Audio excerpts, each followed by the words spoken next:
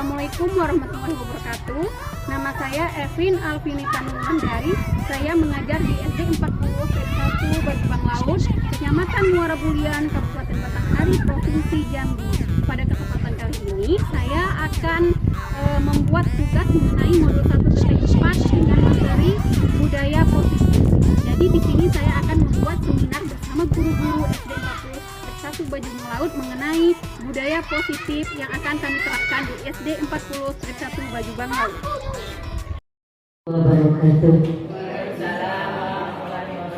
Alhamdulillahirrabbilalamin. Wassalatu wassalamu ala asyrofil anbiya'i wal mursalin wa ala alihi wa sahbihi ajma'in. Amma ba'd. Yang kami hormati Bapak Ibu Kepala Sekolah SD 40 1 Bajubang Laut, kemudian Bapak Ibu Guru yang kami hormati, puji syukur kehadiran Allah Subhanahu wa taala yang mana pada hari ini kita masih diberikan kesempatan untuk menghadiri seminar yaitu PPG tentang penerapan budaya positif di sekolah. Kemudian salawat dan salam selalu kita curahkan kepada Nabi kita Muhammad sallallahu alaihi wasallam dengan lafaz Allahumma shalli ala sayyidina Muhammad wa ala ali sayyidina Muhammad.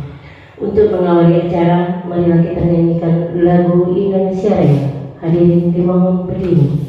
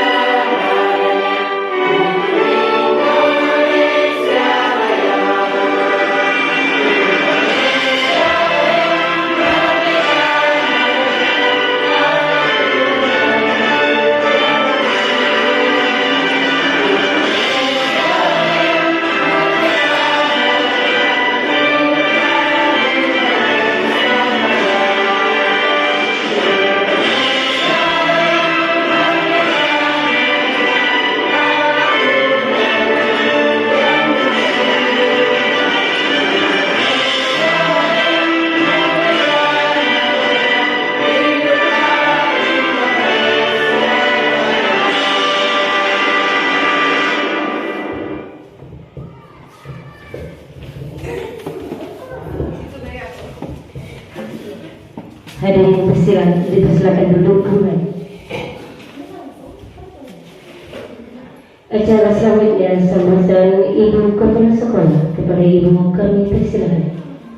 Kita tidak bisa lagi hanya duduk di tempat, hanya diam diri saja. Kita harus banyak bergerak, tapi bergeraknya di bidang yang positif, yaitu demi untuk kemajuan anak didik kita semua. Nah, jadi dalam program Merdeka Belajar ini memang kita dituntut sebagai pendidik harus lebih lebih gencar lagi, lebih giat lagi untuk tantangan yang akan kita hadapi ke depannya nanti. Ya, jadi kita sebagai pendidik kita harus siap. Jadi maaf Bapak Ibu yang sudah usia di atas 50 tahun, ya memang kalau diapakan memang ya untuk IT memang kami harap maklum, tapi walaupun kita tidak bisa, kita hanya bisa mendukung dan memberi support kepada yang muda-muda agar kegiatan ini dapat berjalan lancar. Kami semua majelis guru, ya, saya juga dan personil semuanya di sini mendukung kegiatan ini, semoga dapat bermanfaat bagi kita, khususnya di SD 40 Bajubang Laut dan berimbas kepada anak didik kita semua. Amin ya rabbal alamin. Semoga Ibu Evin dapat dengan lancar mengikuti kegiatan ini tanpa ada halangan satu apapun. Ya, kami hanya dapat mendoakan semuanya itu, tinggal Bu Evin yang berusaha. Saya rasa ini yang dapat saya sampaikan. Saya akhiri, wabillahi taufiq wal hidayah. Assalamualaikum warahmatullahi wabarakatuh. Untuk acara selanjutnya kegiatan seminar maupun penggerak Ibu Elvi, Ibu Epeng. Kepada Ibu Epeng kami persilakan.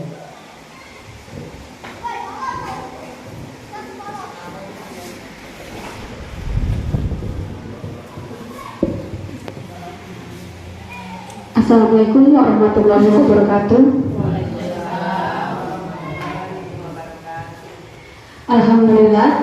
Alhamdulillahirabbil alamin. Wassalatu wassalamu ala asrofil anbiya'i wal mursalin wa ala alihi washabihi ajmain, amma ba'du.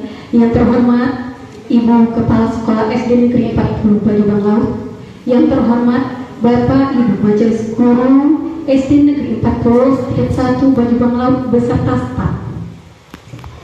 Pertama-tama marilah kita panjatkan puji syukur kehadiran Allah Subhanahu wa taala, yang mana berkat rahmatnya lah kita dapat berkumpul di SD kita ini dalam keadaan sehat walafiat. Salawat beriring salam tak lupa kita panjatkan kepada Nabi besar Muhammad SAW yang telah membawa kita dari alam kebodohan menuju alam yang penuh dengan ilmu pengetahuan seperti yang kita rasakan pada saat ini. Baiklah, di sini saya akan bercerita sedikit mengenai kegiatan-kegiatan yang sudah saya lakukan pada saat saya mengikuti pendidikan guru penggerak ini. Nah, di mana kami sudah menyelesaikan modul 1. Nah, jadi modul 1 ini Ibu, itu ada subtemanya, yaitu modul 1.1. Nah, itu tentang filosofi Ki Hajar Dewantara. Nah, kemudian modul 1.2 dan dilanjutkan dengan modul 1.3. Dan sekarang kami sudah berada di akhir modul 1.4 dan mendapatkan tugas, nah, untuk membuat seminar di sekolah mengenai disiplin positif. Jadi di sini saya akan sedikit menjelaskan mengenai penerapan disiplin positif yang ada di sekolah. Nah, untuk supaya lebih semangat ya, mungkin Bapak Ibu di sini boleh berdiri. Saya punya tepuk pagi, siang, malam namanya Pak. Nah, jadi supaya kita lebih konsentrasi ya. Untuk tepuk pagi, nah itu tepuk tangannya 1 kali. Nah, tepuk siang, tepuk tangannya 2 kali. Tepuk malam. Nah, kalau malam ini kan karena kita lagi tidur, nah jadi nggak sampai ini cuma tangannya. Nah, bisa dipahami Bapak Ibu? Bisa. Nah, nanti kalau seandainya yang salah apa ya hukumannya ya? Nah, suruh nyanyi enggak?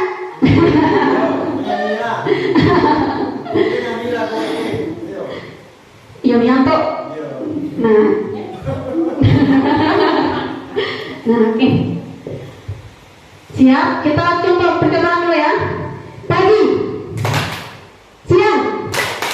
Pagi, siang, siang.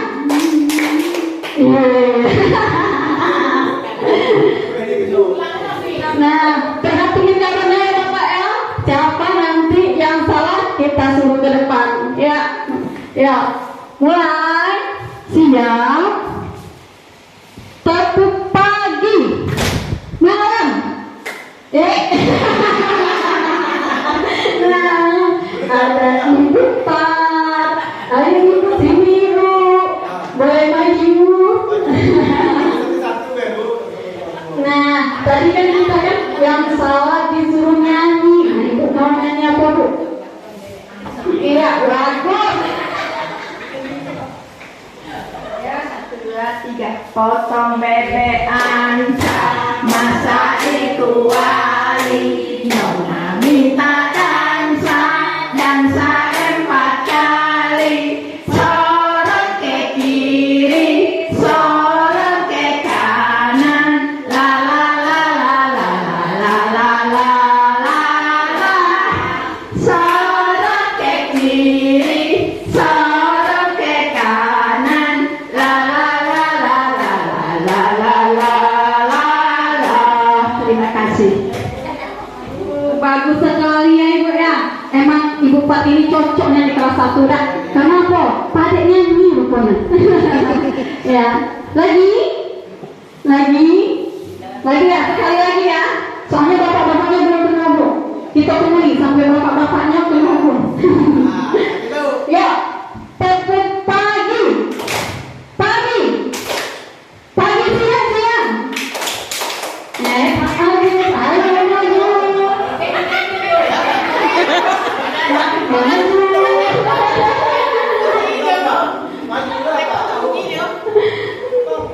Ayo. Mau nyanyi apa? Nah, sudah mungkin ya. Udah yang penting udah sana ya sekarang ya. Kita lanjut ke materi.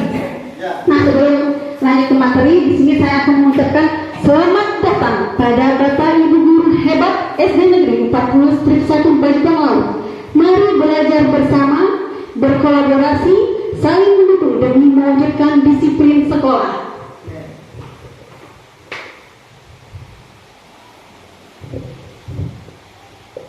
Nah, jadi di sini kita akan membahas mengenai budaya positif. Nah, jadi budaya positif ini merupakan nilai-nilai, keyakinan dan kebiasaan di sekolah yang berpihak pada murid. Nah, maksud berpihak pada murid di sini ada yang tahu Bapak Ibu? Nah, jadi di sini guru-guru harus dapat mengetahui apa-apa saja yang kira-kira dibutuhkan oleh peserta didik kita. Nah, jadi ada 7 yang akan kita bahas. Yang pertama mengenai perubahan paradigma belajar. Yang kedua, disiplin positif. Ketiga, kebutuhan dasar manusia. Yang keempat, motivasi perilaku manusia. Yang kelima, posisi kontrol restitusi. Dan keenam, keyakinan. Dan yang ketujuh, segitiga restitusi. Kita masuki pembelajaran yang pertama. Pembelajaran dengan paradigma baru. Yang dimaksud dengan paradigma di sini ialah suatu keyakinan atau kepercayaan yang mendasari seseorang dalam melakukan segala tindakan. Selain itu, hadirnya paradigma juga dapat mempengaruhi manusia dalam hal berpikir yang bersifat terhadap semua hal. Paradigma dapat berubah seiring perkembangan ilmu teknologi dan pengetahuan. Nah, jadi paradigma di sini Bapak Ibu merupakan keyakinan kita mengenai sesuatu hal untuk mencapai tujuan. Contohnya seperti Pancasila. Nah, Pancasila merupakan apa Bapak Ibu? Iya, bagus. Merupakan dasar negara Indonesia yang menjadi pedoman bagi bangsa Indonesia untuk selalu bersatu walaupun kita semua berbeda-beda suku, berbeda-beda agama, bangsa, adat istiadat, namun kita tetap satu dengan adanya Pancasila tadi. Lanjut lagi. Nah, pembelajaran paradigma baru mencakup pemetaan standar kompetensi, merdeka belajar dan asesmen kompetensi minimal, sehingga menjamin ruang yang lebih luas bagi pendidik untuk merumuskan rancangannya.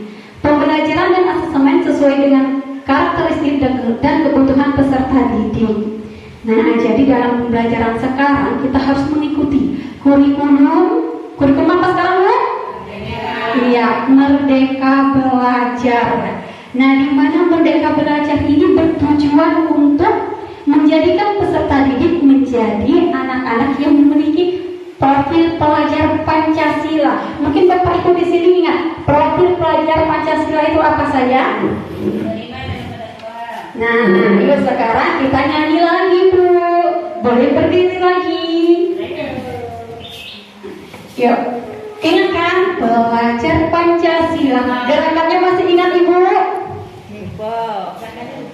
Lupa. Yuk, 1, 2, 3. Pelajar Pancasila, beriman dan bertakwa pada Tuhan yang Esa dan berakhlak mulia, berkebinekaan global, gotong royong mandiri, kreatif dan bernalar kritis. Nah, bagus. Boleh dulu lagi, Bu. Lanjut, yang kedua, disiplin positif. Disiplin positif adalah menumbuhkan disiplin yang didorong dalam diri anak tanpa hukuman dan hadiah. Jadi yang dimaksud di sini, anak didik kita itu memiliki keinginan sendiri untuk melakukan hal-hal yang positif. Nah, contohnya apa saja Bapak Ibu? Hal-hal positif yang sering dilakukan anak didik kita. Namun di sini mereka berpikir bukan karena adanya hukuman. Nah, contohnya mungkin seandainya ketemu guru-guru di jalan, tegur gurunya, atau ketemu guru mengucapkan salam. Nah, perbuatan seperti itu merupakan kegiatan positif yang terdapat di dalam diri siswa. Nah, kegiatan positif ini memiliki tujuan. Disiplin positif adalah cara menerapkan pendisiplinan yang bertujuan untuk menumbuhkan kesadaran serta memberdayakan anak untuk mandiri. Nah, mandiri dimaksud di sini ialah anak berpikir sendiri mengenai hal-hal apa saja yang akan ia lakukan untuk kegiatan-kegiatan positif baik di sekolah, di rumah maupun di lingkungan masyarakat. Kemudian supaya anak melakukan sesuatu bukan karena ditakut-takuti dengan hukuman, ancaman, atau karena dijanjikan sogokan ataupun hadiah. Jadi memang dari dalam dirinya sendiri, tanpa adanya hukuman, tanpa adanya juga supaya ingin mendapatkan hadiah dari seseorang. Nah, kemudian kebutuhan dasar. Kebutuhan dasar di sini ada 5 Bapak Ibu. Yang pertama, kebutuhan dasar. Nah, ada yang tahu nggak di sini kebutuhan dasar itu seperti apa? Kita di sini pasti memiliki suatu kebutuhan yang paling penting, yang paling utama. Nah, kira-kira apa Bapak Ibu? Butuh makan enggak? Butuh minum tidak? Nah, jadi kebutuhan dasar ini merupakan kebutuhan pokok kita. Nah, jadi semua anak didik maupun kita semua sebagai makhluk hidup pastinya memiliki kebutuhan dasar, yaitu minum, makan, pakaian, dan lain-lain sebagainya. Kemudian yang kedua, kebutuhan kasih sayang dan rasa diterima. Nah, Pak Mael, butuh tidak kasih sayang Pak? Dari siapa? Nah, dari orang rumah butuh tidak Pak? Nah, jangan pula minta itu merasa ingin diterima oleh orang lain, ya gawat pula. Nah, kasih sayang dan rasa diterima di sini juga berpengaruh terhadap hasil belajar siswa. Nah, di sini saya contohkan pada saat saya sekolah dulu, Bapak Ibu, itu ada salah satu teman saya. Nah, dia di situ prestasinya bagus sekali, sering juara 1. Nah, kemudian karena dia memiliki suatu masalah dengan temannya, dan jadinya dia merasa tidak nyaman selama bersekolah, sehingga membuat prestasi belajarnya menurun. Nah, dengan adanya rasa yang tidak diterima oleh orang lain ini tadi ternyata sangat berpengaruh terhadap hasil belajar siswa. Oleh karena itu kita sebagai guru harus peka terhadap masalah-masalah apa saja yang ada di kelas kita. Bisa dipahami Bapak Ibu? Bisa. Nah, itu yang dimaksud dengan rasa kasih sayang dan juga rasa diterima. Kemudian penguasaan. Nah, pernah tak Bapak Ibu nengok anak didik kita kira-kira caper dengan kita? Pernah tak? Nah, dikit-dikit manggil gurunya, dikit-dikit nanya. Nah, nanya kadang tuh bukan masalah pembelajaran, tapi masalah di luar pembelajaran. Nah, itu anak merasa ya ingin diperhatiin oleh gurunya. Kemudian kebebasan. Nah, kebebasan di sini apa Bapak Ibu ada yang tahu?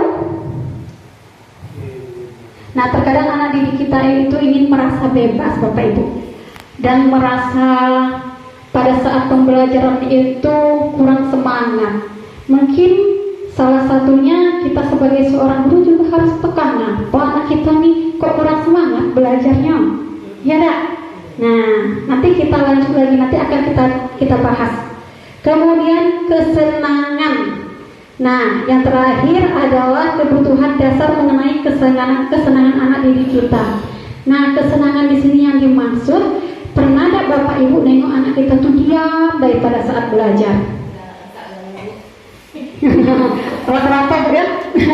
Nah, jadi pada saat belajar, anak kita yang memiliki masalah-masalah tersebut, nah itu harus kita bimbing. Caranya bagaimana? Kita dekati anak kita, mengapa belajarnya tidak semangat? Nah, ya mungkin karena dia kurang senang di dalam menerima pembelajaran oleh kita. Jadi kita sebagai guru apa yang harus kita lakukan? Nah, dengan mengubah cara belajar kita supaya lebih menarik lagi Bapak Ibu. Nah, dengan menggunakan apa? Metode-metode pembelajaran yang bervariasi supaya menciptakan motivasi belajar pada diri anak, dan anak bisa semangat belajar dan bisa meningkatkan mutu hasil pembelajaran anak tersebut. Kita lanjutkan lagi. Motivasi perilaku manusia. Motivasi adalah sebuah rangkaian sikap dan juga nilai-nilai yang mempengaruhi seseorang untuk bisa mencapai suatu hal spesifik yang sesuai dengan tujuan individu. Nah, Bapak Ibu di sini ada yang memiliki motivasi? Boleh? Motivasi itu guru harus memberi semangat kepada anak pelajar. Ya, motivasi kita sebagai seorang guru, kita harus semangat di dalam mendidikkan anak didik kita. Nah, kalau gurunya lesu, bagaimana dengan anak murid kita? Bapak Ibu pastinya lesu juga. Nah, jadinya kita harus yang semangat 45 terlebih dahulu.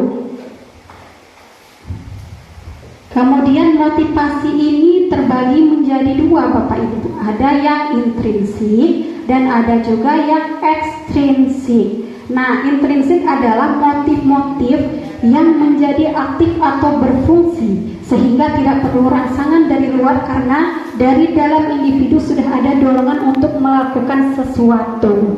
Nah, yang dimaksud intrinsik ini tadi contohnya begini.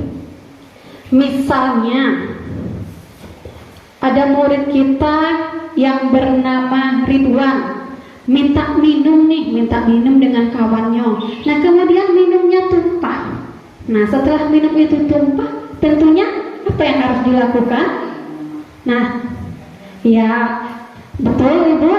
Yang pertama mungkin membersihkan minuman tersebut. Nah, jadi timbul di dalam diri anak tersebut untuk dapat bertanggung jawab mengenai apa-apa saja yang sudah ia lakukan yang kira-kira merupakan kelakuan-kelakuan yang negatif.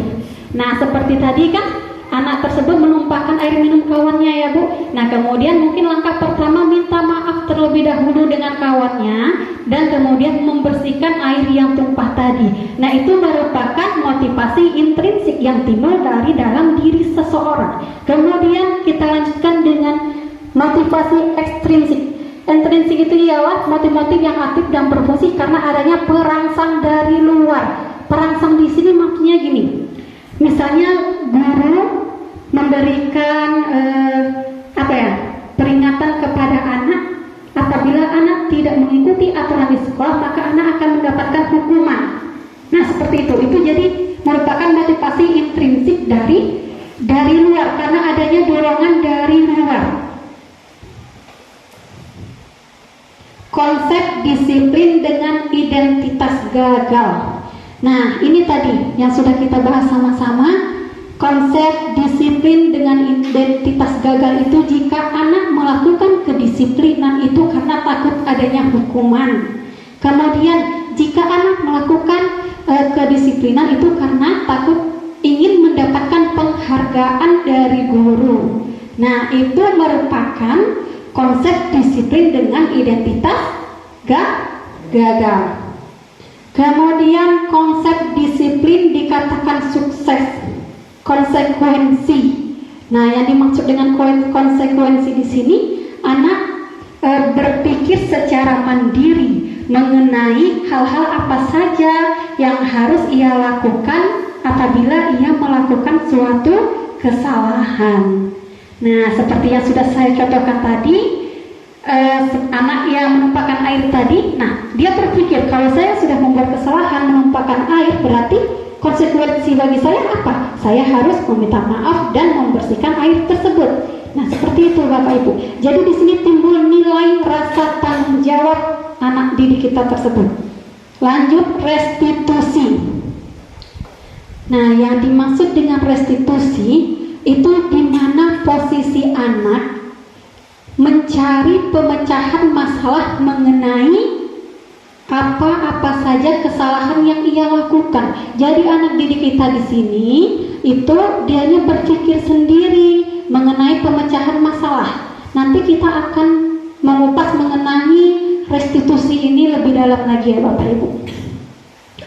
Lanjut lagi, 5 posisi kontrol. 5 posisi kontrol di sini ada penghukum. Nah, sekarang saya mau nanya kepada Bapak Ibu. Nah, ini adalah 5 posisi kontrol guru.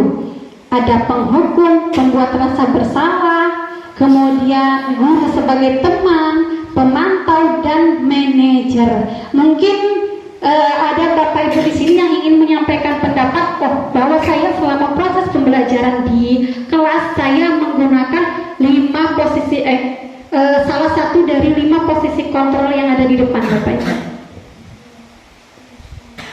Boleh tunjuk tangan, kira-kira sudah melakukan posisi kontrol apa saja?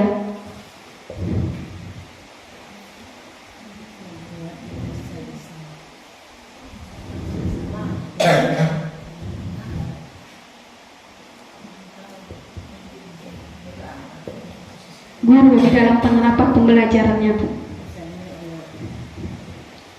Ayo, mungkin selama ini gimana ya? Bapak Ibu guru pasti sudah pernah melakukan kelima posisi kontrol, namun kita tidak menyadari bahwa ternyata yang saya lakukan itu merupakan penghukum. Nah, mungkin di situ kan, ternyata yang saya lakukan selama ini itu merupakan pemantau.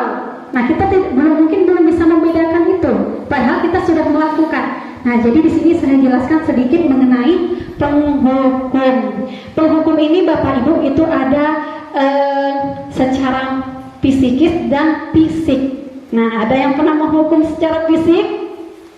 Jangan ya, tidak boleh, bahaya nanti kita. Nah, jadi penghukum ini mungkin kalau seandainya anak melakukan kesalahan atau anak tidak membuat PR, nah kita suruh apa? Mengambil sampah di luar. Nah, itu merupakan hukuman fisik, iya, mendidik anak. Nah, kemudian yang psikisnya dengan menggunakan kata-kata. Awas nak ya, kalau kamu tidak menuruti apa kata-kata Bapak. Nah, itu jadi kita pakai awas, kata-kata awas. Nah, itu tuh merupakan apa? Hukuman bagi posisi guru tadi. 5 kontrol posisi kita sebagai seorang guru, sebagai penghukum itu tadi Bapak Ibu. Nah, jadi yang perlu kita sebagai guru harus hati-hati. Nah, pada saat di posisi penghukum ini kita buatlah kegiatan-kegiatan menghukum anak dengan kegiatan-kegiatan yang positif, seperti mengambil sampah atau ada contoh lain lagi tidak Bapak Ibu? Iya, membersihkan WC. Ada lagi? Mungkin bisa dengan menghafal. Nah, kalau karena kamu hari ini membuat kesalahan, maka hafal ini perkalian ini. Nah, itu juga bisa. Lanjut, membuat rasa bersalah. Nah, di dalam membuat rasa bersalah ini, itu guru memanggil peserta didik dengan cara tatap muka berdua, buat suasana itu menjadi hening dengan menggunakan kata-kata lemah lembut. Contohnya seperti, nak, kamu sudah berbuat kesalahan. Apakah kamu tidak kasihan dengan orang tua kamu yang sudah mencari nafkah demi kamu, nak, demi untuk kamu menjadi orang-orang yang sukses, tapi di sekolah kamu malah seperti ini.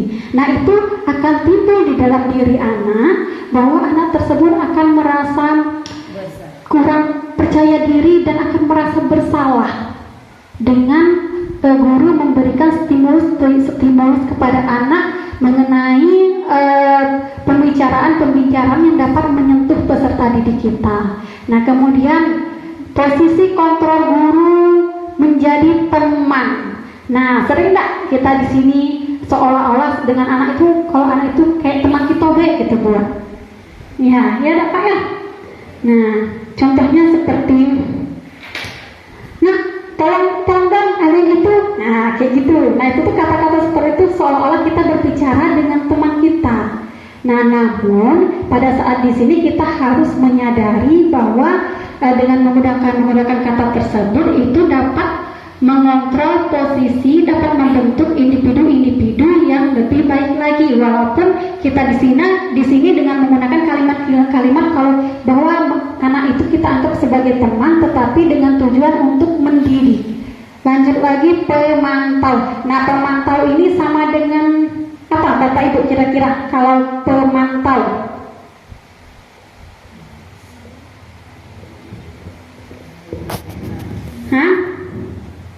Melihat. Iya, bagus sekali, betul. Ada lagi Bapak Ibu? Nah, pemantau di sini itu maksudnya melihat perkembangan peserta didik kita, di mana guru bertanggung jawab untuk melihat perkembangan peserta didik dari waktu ke waktu. Nah, jadi saya di sini sering melihat Bapak Mael melakukan pemantauan terhadap anak didik kita. Nah, itu merupakan kegiatan yang bagus, kegiatan yang positif. Contohnya seperti pada saat upacara bendera. Nah, di situ kita bisa melihat mana anak didik kita yang tidak menggunakan atribut sekolah dengan lengkap. Nah, jadi di situ ada yang tidak pakai dasi, kemudian ada yang tidak menggunakan topi. Nah, setelah upacara, Bapak Mael selalu memanggil anak-anak didik kita untuk dibimbing. Dan konsekuensinya apa kalau kita melanggar? Nah, itu merupakan kegiatan memantau anak didik kita. Sangat bagus sekali Bapak Mael. Boleh kasih tepuk tangan Bapak Ibu kepada Bapak Mael. Nah, kira-kira dari keempat yang sudah saya jelaskan tadi, semuanya sudah pernah Bapak Ibu lakukan? Iya, bagus. Kemudian posisi manajer. Nah, di posisi manajer ini Bapak Ibu, ini sama dengan membimbing anak didik kita. Kita panggil anak didik yang membuat kesalahan, kemudian kita beri stimulus bagaimana cara anak didik tersebut untuk menyelesaikan permasalahan tersebut. Nah, jadi di manajer ini ada langkah-langkahnya.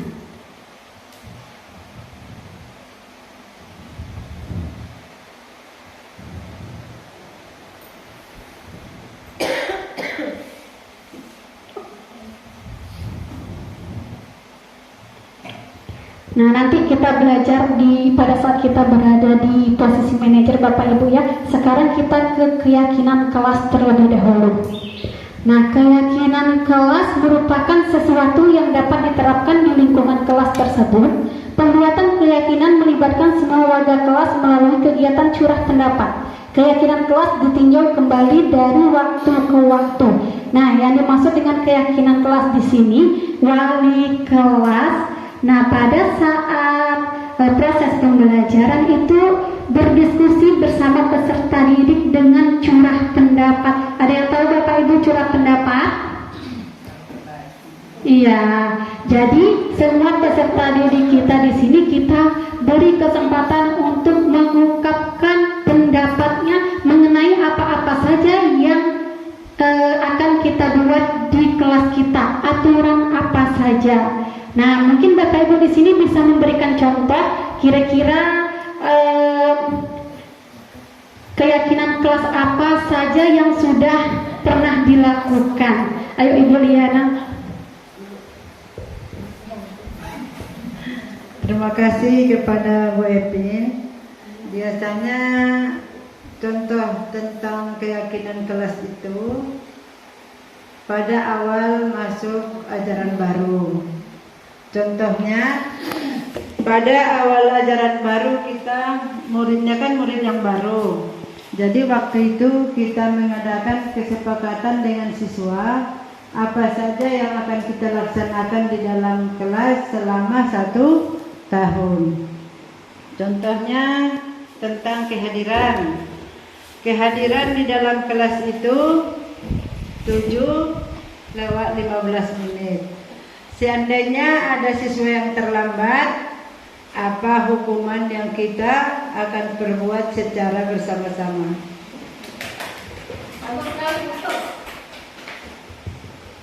Ya, bagus sekali apa yang sudah dijelaskan oleh Ibu Liana, wali kelas 6. Mungkin dari bapak-bapaknya ada yang ingin mengungkapkan keyakinan kelas yang sudah diterapkan di kelasnya masing-masing? Ya, bapak-bapak boleh? Lanjutnya. Ya, betul sekali. Jadi, keyakinan kelas di sini kita beri kesempatan kepada siswa, ayo nak, sama-sama kita buat keyakinan apa, peraturan apa yang kamu buat dan harus kita sepakati secara bersama-sama. Salah satunya tadi tidak boleh terlambat sekolah. Kemudian apa lagi Bapak Ibu? Iya, bagus, betul Bu, di kelas tidak boleh ribut.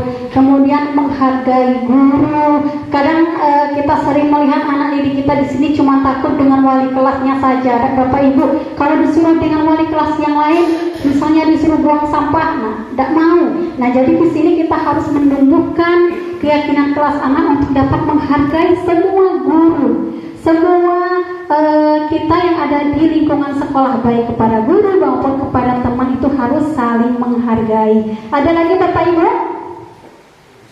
Mengerjakan tugas dengan baik, mungkin itu. Nah, jadi keyakinan kelas tadi yang sudah dibuat oleh anak tadi, dan itu kita jadikan pedoman untuk supaya pendidikan di sekolah kita lebih maju lagi dengan adanya membuat keyakinan kelas. Nah, jadi kesepakatan kelas ini berisi beberapa aturan untuk membantu guru dan murid bekerja sama, membentuk kegiatan belajar mengajar yang efektif, di mana tujuannya dari kesepakatan kelas ini diantaranya adalah untuk menciptakan pembelajaran yang efektif, aman, dan menyenangkan sesuai dengan impian anak didik kita. Karena tadi pendapatnya kan dari anak didik kita kan, jadi otomatis tujuannya mengenai untuk menciptakan tujuan mengenai mimpi-mimpi anak didik kita. Lanjut, di dalam langkah-langkah membuat keyakinan kelas ini ada beberapa, yaitu tanyakan pendapat murid tentang masalah dan harapan kelas. Tadi sudah saya jelaskan agar anak murid untuk dapat memberikan pendapat-pendapatnya mengenai curah pendapat tadi, ide-ide apa saja yang ia timbulkan yang akan ia jadikan suatu pedoman di dalam kelasnya. Kemudian explore ide-ide dari murid untuk mencapai kelas impian. Jadi semua ide-ide yang sudah dicurahkan oleh anak didik kita itu semuanya kita explore, kita catat, dan kita ambil kesimpulan dari ide-ide tersebut, kemudian kita ubah menjadi keyakinan kelas atau menjadi aturan di dalam kelas kita yang harus sama-sama kita sepakati. Yang keenam, restitusi. Nah, tadi di awal tadi sudah membahas mengenai restitusi kan Bapak Ibu. Nah, ini adalah penjelasannya. Restitusi bukan untuk menebus kesalahan, namun untuk belajar dari kesalahan. Kemudian tujuan untuk memperbaiki hubungan, dan tindakan ini adalah tawaran, bukan paksaan. Reaksi menuntun untuk melihat ke dalam diri, mencapai kebutuhan dasar yang mendasari tindakan, dan lebih berfokus pada karakter peserta didik, bukan tindakan. Jadi melalui restitusi ini kita tadi menciptakan menciptakan anak murid kita yang memiliki karakter. Karakter itu memiliki nilai-nilai, salah satunya nilai rasa tanggung jawab, mandiri, kemudian nilai apa lagi, Bapak Ibu? Ya, gotong royong. Nah, kemudian ada langkah-langkah segitiga restitusi. Adapun strategi untuk melakukan restitusi ini, yang pertama menstabilkan identitas anak. Jadi kalau kita ketemu dengan anak didik kita, mungkin ada yang berkelahi di dalam kelas ya Bapak Ibu. Nah di situ jangan langsung dua-duanya yang kita panggil. Jadi supaya anak di sini merasa bahwa gurunya ini sayang kepada mereka, panggil satu-satu. Satu-satu anak dipanggil, ditanyakan terlebih dahulu. Karena kalau kita langsung kedua-duanya itu dikhawatirkan akan menimbulkan keperpihakan kepada anak didik. Nah makanya manggilnya satu-satu Bapak Ibu. Menstabilkan identitas maksudnya di sini ialah pada saat anak kita emosional, lagi emosi, tentu ia tidak dapat berpikir secara rasional. Nah, jadi di sini tugas kita apa? Menenangkan peserta didik kita terlebih dahulu. Nah, jadi anak didik kita yang tadi bermasalah dipanggil, kemudian kita beri nasihat, kita tenangkan terlebih dahulu, beri minum supaya anak tersebut lebih tenang. Lanjut masuk ke validasi tindakan yang salah. Jadi jangan sebagai seorang guru kita jangan ngomong gini Bapak Ibu, kamu ini sudah salah masih juga ngotot. Nah itu jangan, karena itu tidak akan merubah nilai-nilai negatif yang ada di dalam diri anak. Jadi caranya bagaimana? Beri kesempatan kepada anak didik kita untuk bercerita mengenai masalah-masalahnya apa saja. Nah jadi kita berikan pandangan, oh jadi itu nak ya masalahnya mengapa kamu berkelahi. Mungkin kalau ibu menjadi kamu, ibu akan melakukan hal yang sama nak. Nah kayak gitu. Jadi seolah-olah anak itu merasa kalau kita dengar, kita bela. Nah kemudian menanyakan keyakinan. Nah disinilah langkah ketiga kita menciptakan keyakinan pada anak. Nah setelah kita beri bimbingan yang seperti saya ucapkan tadi, lanjut kita masukkan ke dalam keyakinan. Nah kalau berantem dengan kawan itu perbuatan baik atau buruk. Nah jadi anak akan berpikir sendiri bahwa itu perbuatan buruk ibu. Apakah harus kita kerjakan berantem itu setiap hari? Tentunya akan menjawab tidak bu. Nah ada ya kira-kira anak kita jawab iya. Mudah-mudahan ada bu ya. Nah kemudian lanjut, kalau kita sudah berantem dengan kawan, tentunya apa yang harus kita lakukan? Nah cari itu, jadi biarkan dia berpikir sendiri mengenai pemecahan masalah yang ia hadapi. Nah pastinya nanti dia akan jawab gini, minta maaf bu. Nah itu, nah di situ dapatlah timbullah nilai-nilai keyakinan pada anak bahwa dia berpikir kalau berbuat salah harus minta maaf dengan kawannya. Dapat kita satu nilai mandiri, berpikir sendiri. Nah kemudian tanggung jawab, karena anak kita tadi mau untuk berlapang dada, untuk meminta maaf terlebih dahulu kepada kawannya. Nah itu merupakan rasa tanggung jawab anak didik kita terhadap perbuatan yang negatif tadi untuk ia perbaiki sendiri Bapak Ibu, seperti itu. Nah habis ternyata materinya. Sampai di sini ada yang ingin ditanyakan Bapak Ibu?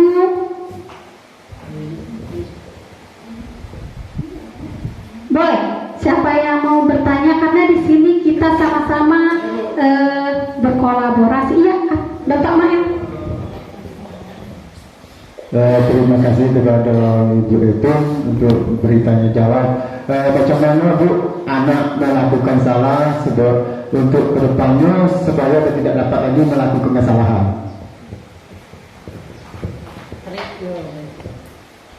Bagus sekali Bapak pertanyaannya. Bagaimana solusi anak didik kita yang selalu melakukan kesalahan namun tetap melakukan kesalahan tersebut? Solusinya seperti apa? Nah, salah satunya dengan mungkin langkah pertama yang akan kita lakukan dengan melakukan segitiga restitusi tadi Bapak. Masih ingat yang baru saja saya jelaskan? Ya, segitiga restitusi tadi. Jadi kita panggil anak didik tersebut, kemudian kita beri masukan, kita beri nasihat, biarkan mereka memecahkan masalahnya sendiri melalui kesalahan-kesalahan yang ia buat. Kalau masih juga, kira-kira masih juga dilakukan oleh peserta didik kita, nah kita bisa masuk dengan kontrol, posisi kontrol guru tadi. Nah, salah satunya apa yang Bapak Ibu pilih? Kira-kira kita menjadi apa? Apakah menjadi manajer ataukah penghukum? Nah, saya rasa untuk melakukan proses kontrol guru menghukum itu bisa kita lakukan apabila memang sudah tidak ada lagi jalan untuk mendidik anak kita, Pak. Jadi itu langkah terakhir. Nah, selagi anak didik kita bisa dinasehati, bisa diberi masukan-masukan yang positif, nah dia bisa berubah, nah itu akan lebih baik. Jadi jangan langsung kita berikan hukuman kepada peserta didik kita. Nah, sebisa mungkin kita hindari kata-kata menghukum karena dikhawatirkan dapat berpengaruh terhadap psikis anak. Ya, dipanggil. Iya, betul Bapak, dinasehatin. Nah, kemudian mungkin ada Bapak Ibu yang ingin bertanya lagi?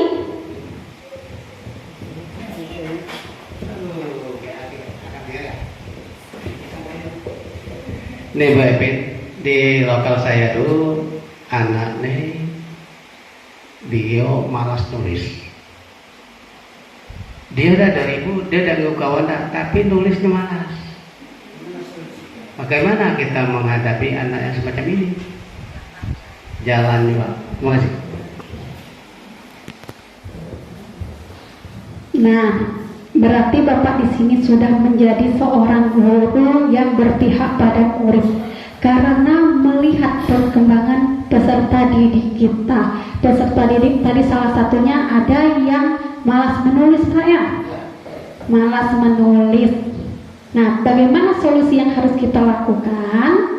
Tentunya mungkin kita mendekati anak tersebut, menanyakan mengapa kamu malas untuk menulis. Nah, kita cari terlebih dahulu alasan anak tersebut malas menulis apa, dan kemudian kita beri nasihat-nasihat masukan agar anak tersebut mau menulis. Kalau tidak mempan juga Bapak, berarti metode pembelajaran yang harus kita lakukan itu harus kita ubah. Jadi sebagai seorang guru di sini kita harus bisa memberikan variasi metode pembelajaran yang berbeda-beda yang dapat merangsang motivasi pembelajaran kepada anak. Nah, misalnya, nah itu berarti kan, iya, berarti anak didik kita di sini memiliki masalah ya Pak ya. Untuk yang lainnya dianya mau.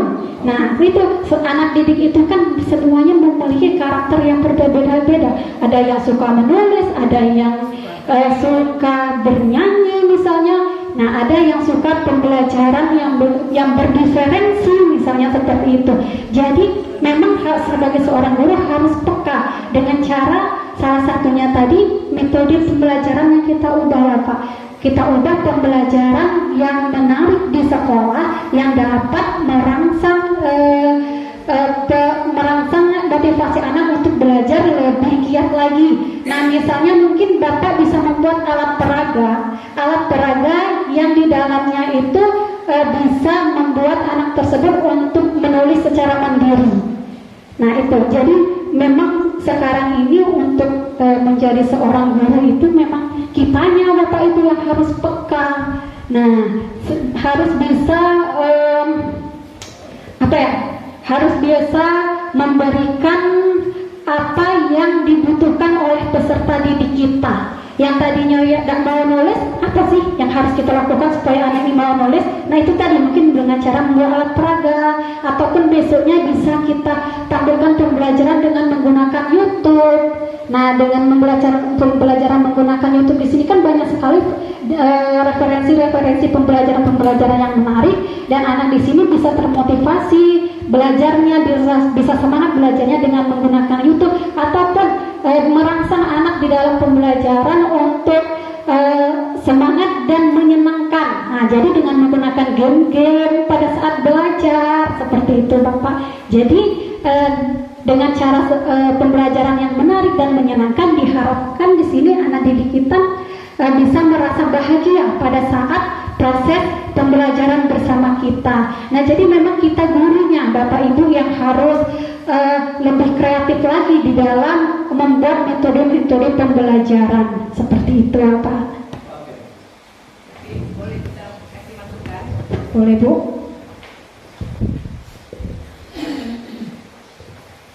Terima kasih Bu Evi atas kesempatannya.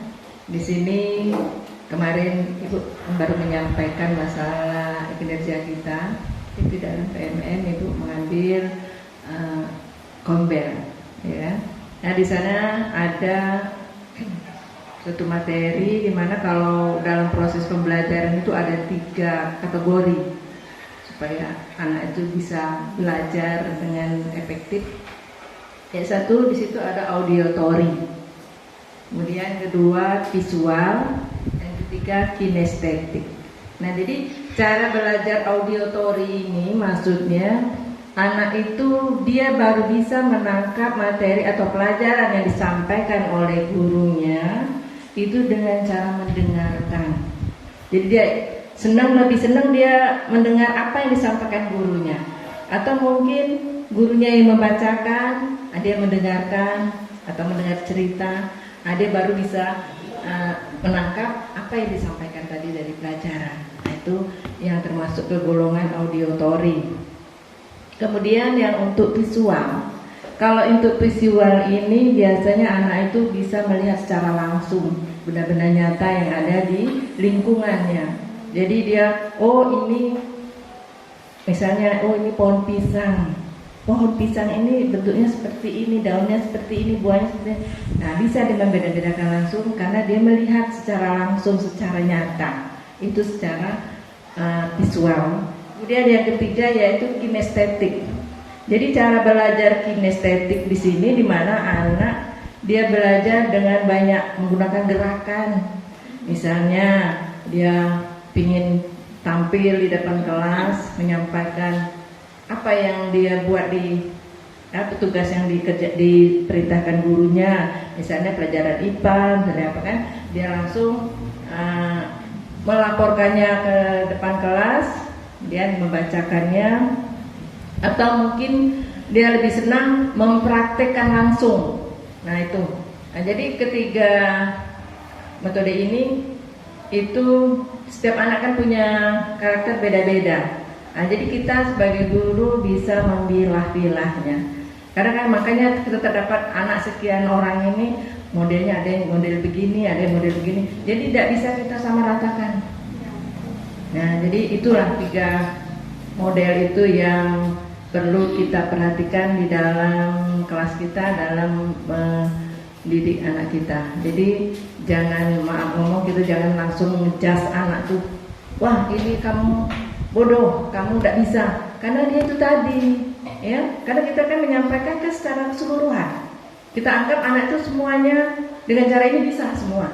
Sebenarnya itu tidak, ya. Itu kalau menurut pendapat Ibu. Nah, karena itu tadi 3 model tadi itu yang bisa kita perhatikan. Jadi saya berharap kepada kita semua majelis guru sini, jadi tinggal kita sebagai guru kita bisa memilah-milahnya, jangan istilahnya menyamaratakan anak. Apalagi maaf ini anak yang berkebutuhan khusus. Nah, jadi sekarang itu tidak ada lagi beda-bedanya anak yang berkebutuhan khusus dengan anak yang normal biasa, ya. Nah, jadi kita harus bisa menyikapinya dengan baik. Saya rasanya itu Bu Epin, ya. Kemudian terima kasih. Terima kasih Ibu atas penjelasannya yang betul sekali Ibu. Terima kasih atas penjelasannya mengenai bagaimana cara mendidik peserta didik kita supaya peserta didik kita di sini menjadi peserta didik yang berkarakter. Nah, ada lagi Bapak Ibu yang ingin mengungkapkan pendapatnya mengenai bagaimana cara penerapan disiplin positif di sekolah. Saya persilahkan. Oke. Terima kasih pada Ibu Epin yang telah memberikan kesempatan kepada saya untuk bertanya. Sesuai dengan materi tadi Ibu Epin tentang kedisiplinan, penerapan disiplin di sekolah. Nah, bagaimana yang ingin saya tanyakan, bagaimana upaya kita Bu untuk meningkatkan kedisiplinan tersebut agar anak kita itu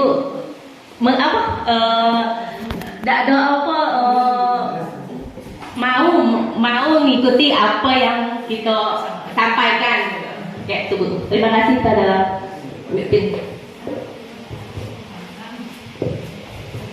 Bagus sekali pertanyaannya dari Bapak Ibu semua.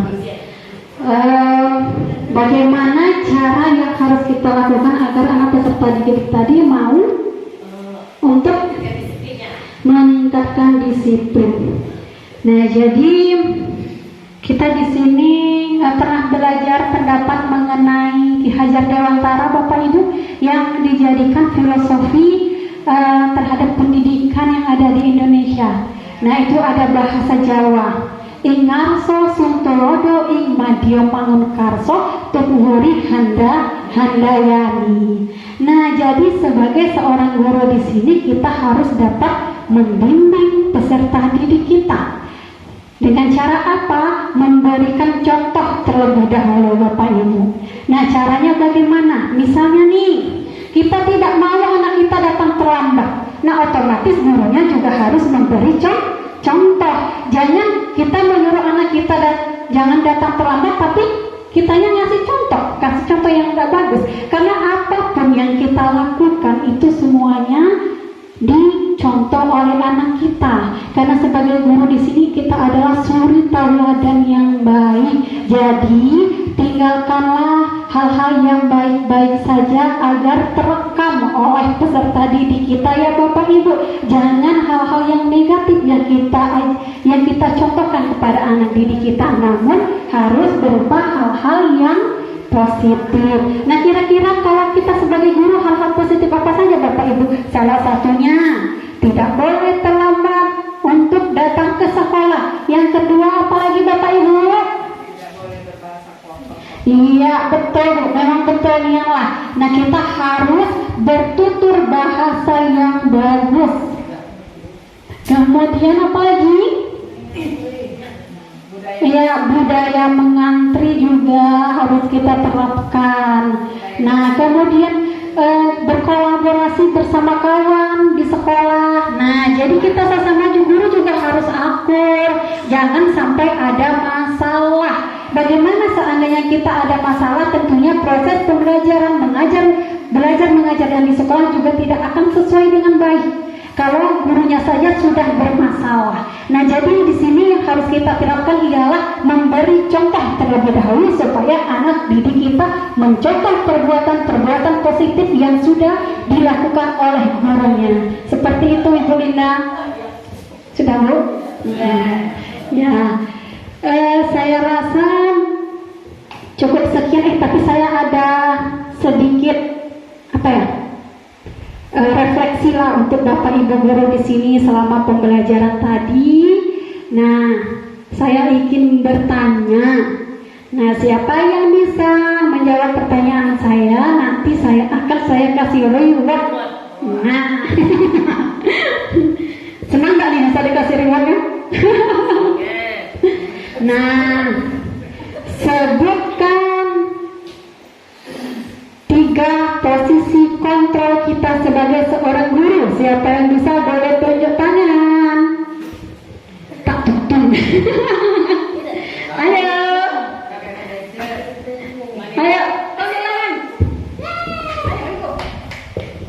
Hukuman, manajer, pantauan. Pantau. Lanjut. Asik. Siapa lagi ya? Satu orang lagi ya? Nah, rasa semangat.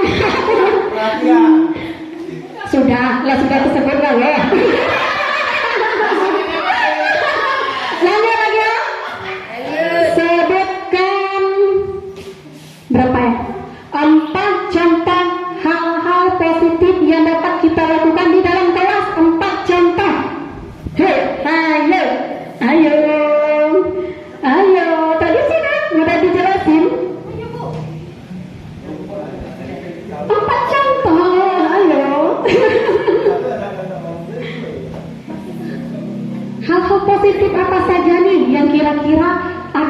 kita terapkan di dalam kelas kita sesuai dengan kesepakatan siswa tadi.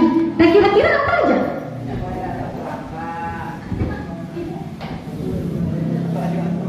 Satu, tidak boleh datang terlambat.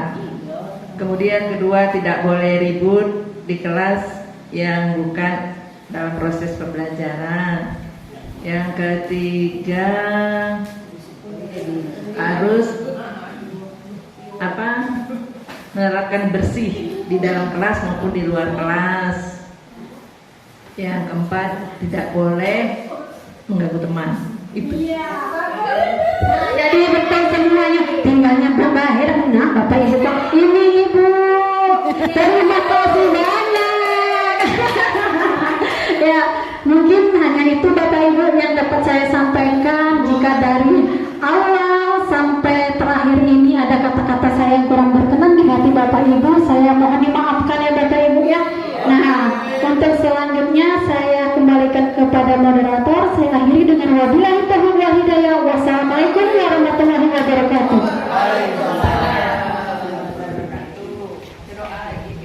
Ya, Bapak Ibu yang dihormati, dengan tadi kita dengarkan sama-sama penjelasan atau seminar dari Ibu Ipin. Mudah-mudahan kita mendapatkan hikmah dan pembelajaran yang disampaikannya. Kemudian untuk acara selanjutnya pembacaan doa yang akan disampaikan oleh Bapak Ismail. Kepada Bapak kami persilakan.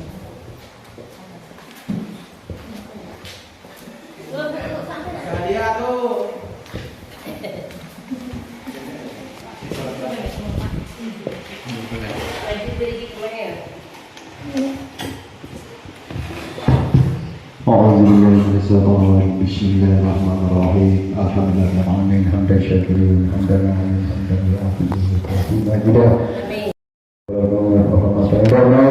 Allahumma alimna sabratan nabuna jantasa wa ta'ala wa tuzibu lana ba'dana wa rahmatana ta'ala Rabbana zalamna anfusana wa qina min al-shurur Rabbana wa hadana imama Rabbana atina fid dunya hasanah wa fil akhirati hasanah wa qina azabannar wa sallallahu ala sayyidina Muhammadin wa ala alihi wa sahbihi ajma'in subhanaka allahumma yasifun wa salamun ala mursalin walhamdulillahi rabbil alamin taqabbal minkum wa minkum taqabbal ya karim.